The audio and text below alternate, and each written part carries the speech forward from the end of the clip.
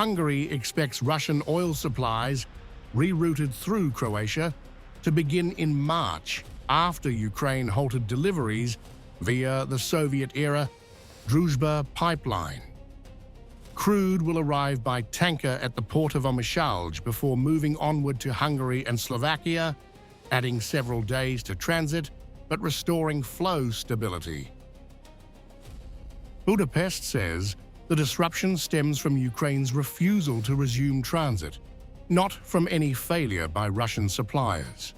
The Kremlin insists contracts remain intact and frames the situation as political pressure on an EU member state. We see that, of course, a certain energy blackmail by Ukraine against a member of the EU and Hungary takes place. We are in contact with the buyers, but here the situation complicates the position of Ukraine. Hungarian Foreign Minister Peter Szijjártó says the government is acting to shield households from price spikes, arguing that strategic cooperation with Washington allows Hungary to continue purchasing Russian oil and gas despite broader geopolitical tensions.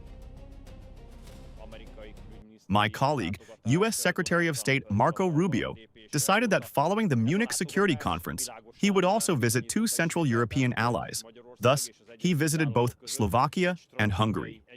The American Secretary of State made it clear that both the current U.S. administration and the President are interested in maintaining this strategic cooperation between Hungary and the United States. Today, it has been proven to all doubters that the President of the United States agreed to allow Hungary to continue purchasing cheap Russian oil and natural gas because of his personal relationship and friendship with the Hungarian Prime Minister.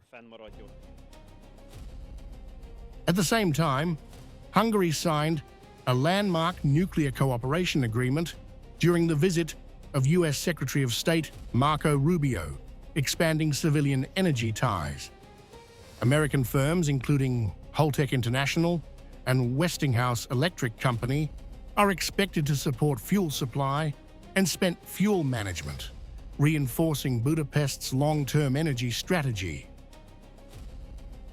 Energy company MOL says Hungary and Slovakia hold around 90 days of crude reserves and may release strategic stockpiles if transit restrictions persist.